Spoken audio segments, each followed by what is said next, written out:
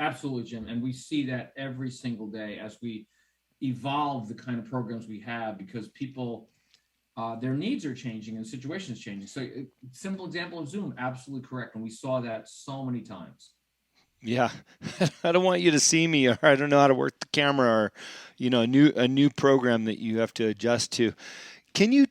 How often does disruption happen, and the company or the people associated with it don't recognize the disruption immediately, and they go down this path of mistakes and errors until they realize it? Do you see that very often? Well, we see that every day, and we read about it in newspapers every day. So you may have heard back in February, the CEO of Goldman Sachs, Fortune 100 company, one of the most iconic financial brands in the world, said everybody must come back in the office 5 days a week. Now COVID is over, and we've got to resume our culture, and it's important that everybody comes in. So what happened on the day that everybody was supposed to come in? Half the people came in, half the people did not come in, and the half the people did not come in were all over the internet talking about, like, how dare you insist that I come in. My situation changed. I was working 80, 90, 100 hours a week, during the pandemic, and nobody cares about that. To force somebody to do something that they're not ready to do is an example of trying to dictate from the top down. So the disruptions that we're seeing, Jim, are not going to be over. They're just going to change. So one of the biggest disruptions, I think I'm referring to what you just sort of asked me about, is that the CEO or the senior leaders can dictate when people work, how they work, and where they work. Now it's a partnership. The companies that are doing really well in attracting talent understand that it's a partnership between them and their employees, and there got to be some collaboration between where, how, and when they work. Companies are dictating that they have to work a certain way, or losing employees and losing morale. Yeah, yeah, I can see that. When you talk about a partnership with your employees or people that you're working with, where does that start and end? Because oftentimes, both sides wants the most out of the other, but where does that stop and end to be a good fit? Is that in the middle, or do we have to always realize that there is an employer here that's going to be the main dictator of the terms? Well, I think in the abundance model, where as the pie gets bigger, everybody gains. Now, everybody's not going to be happy with what they gain, right? And of course, if you provide the capital for the business, you get the final decision about how that pie is being shared. However, you also understand that the top talent in your organization, in fact, everybody in your organization, in some way or another, allows you to have that bigger pie. So there's got to be a constant dialogue around how to share that pie, and that dialogue never ends. But it's got to be transparent, it's got to be honest, and it's got to be, for a shared purpose, which should be to serve your customers. Because at the end of the day, if your customers are not happy and feeling good about your company, then the pie is going to shrink. So our biggest stakeholder in all this are the people who pay what we are selling, pay for what we are selling. Yeah. When you look at disruptors, and I just love, this has been a tough couple of years for a lot of people, and I don't want to minimize that for anybody.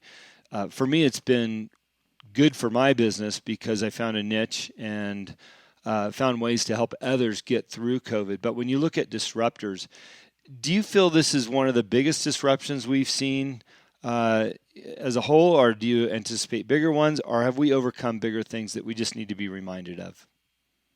I guess it depends on what, when we say disruption, what are we actually talking about, right? Yeah, So you've got the pandemic, which is a health care and an economic disruption, and where and how people work. Technology is constantly a disruptor, and it changes so fast. yeah, So let's look at the question that people always ask, right? What is the most important asset of your business? And the right answer is supposed to be your people, which of course it is, but I make a caveat to be a little more specific. It's your people's attention. hmm.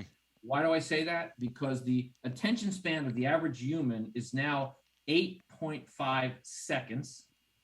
which is a half a second less than a goldfish. The average web surfer spends 15 seconds on a web page. The average person checks their phone 1,500 times per week, checks their email 300 times per day, right? So when we talk about employees being the asset, it's the employee's attention, the customer's attention, right? The partner's attention. So we have to make sure we are providing something that will focus the attention of our employees, of our customers, of our stakeholders, our shareholders, whoever they are, right?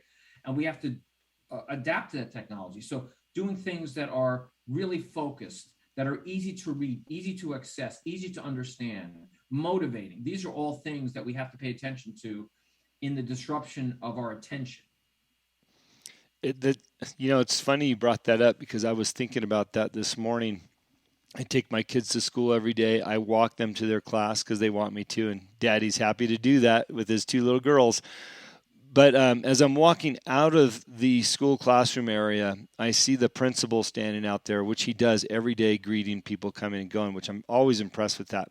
I'm reaching to my left back pocket to pull my phone out. I'm only walking from the building to the car, and I've got to see what's on the darn phone in those few seconds, because your point exactly, how often do we check our messages, our emails, our texts? I couldn't even wait till I got into the car.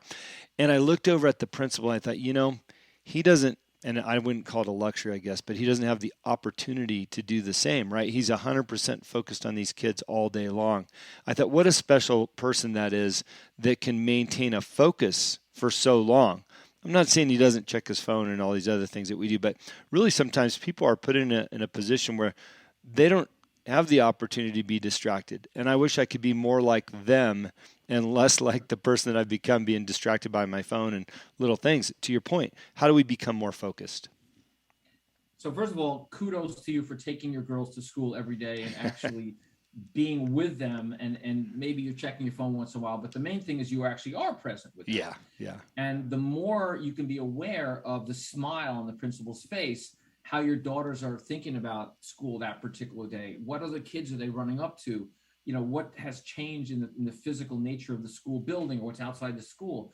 As we pay attention to what's right in front of us, that becomes more interesting, at least for the moment, than what's happening, on our phone. So the principal actually made a choice. He could be checking his phone.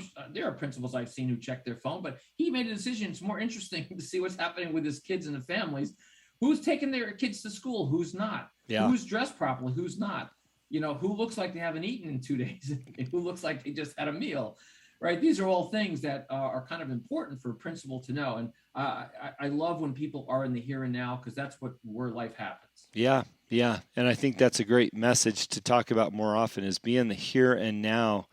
And I can't count the amount of things that I've appreciated and enjoyed because I was able to flip that switch and be here and now, especially with my girls. We get to sing songs on the way to school and tell stories and laugh and giggle and all those things. So it's wonderful.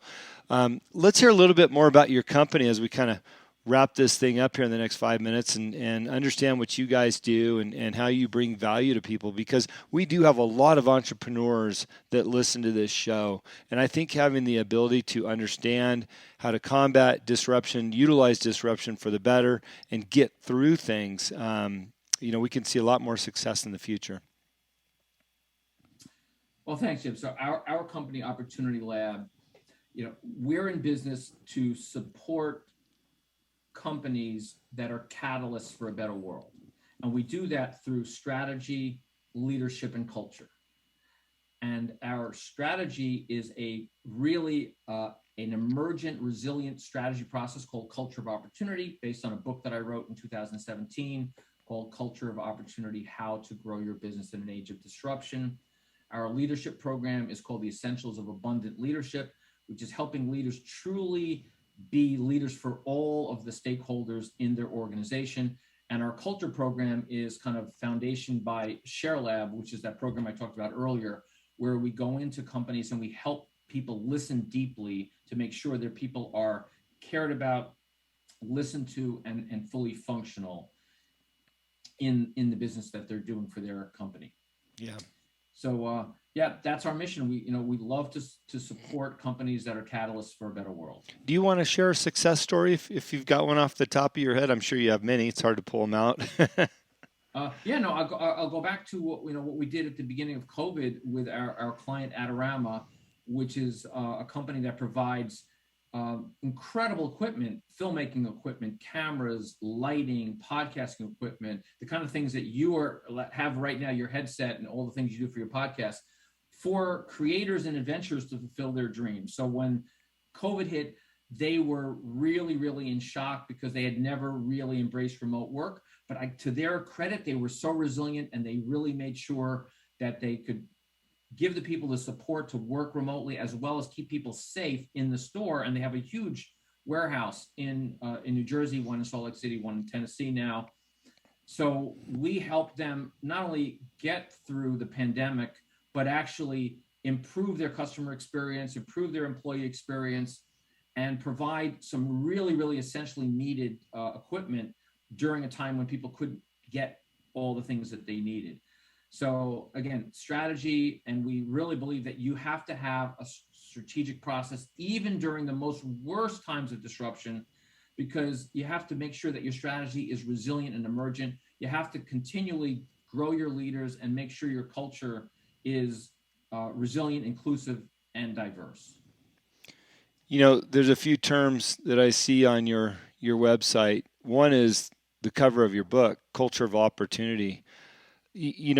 That resonates so well with me because I can't get through a day without seeing opportunities in front of me. And what I lack is more hours in the day to take advantage of them all or follow through on them. And I just love putting people in that mindset of opportunity because it does exist.